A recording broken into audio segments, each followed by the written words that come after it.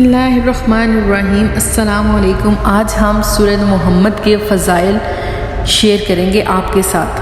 سورۃ محمد بہت چھوٹی سی سورت ہے، آپ اس کو 5 منٹ میں بھی پڑھ سکتے ہیں۔ اگر آپ اس کا روز کا معمول بنا لیں تو یہ زیادہ ٹائم نہیں لیتی۔ شروع کرتے ہیں۔ بسم اللہ الرحمن الرحیم۔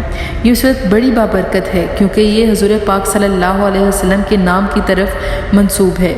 جو شخص اسے روزانہ 1 مرتبہ پڑھنے کا معمول بنا لے، اسے حضرت محمد صلی اللہ علیہ وآلہ وسلم کی ذات گرامی سے محبت پیدا ہو جائے گی، کیونکہ حضور پاک صلی اللہ علیہ وآلہ وسلم کی محبت اصل دین ہے، اور جسے حضور پاک صلی اللہ علیہ وآلہ وسلم کی محبت حاصل ہو جائے وہ سمجھے کہ اسے دنیا کی بڑی سعادت حاصل ہو گئی۔ اگر کوئی شخص اسے نماز تہجد کے بعد 3 سال تک پڑھنے کا بلا ناغہ معمول بنائے تو اسے دنیا میں بے پناہ عزت حاصل ہوگی، اور جہاں بھی جائے گا لوگ اسے رفعت کی نگاہ سے دیکھیں گے، گویا کہ گھر بار میں اسے ہر لحاظ سے بلند مرتبہ حاصل ہوگا۔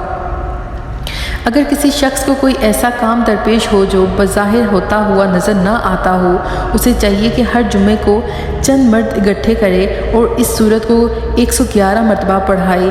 اس کے بعد حسب توفیق جو میسر آئے ان پڑھنے والوں میں تقسیم کرے۔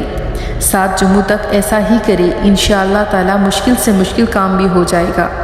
یہ سورت دشمنوں پر فتح پانے کے لیے بھی بہت مؤثر ہے۔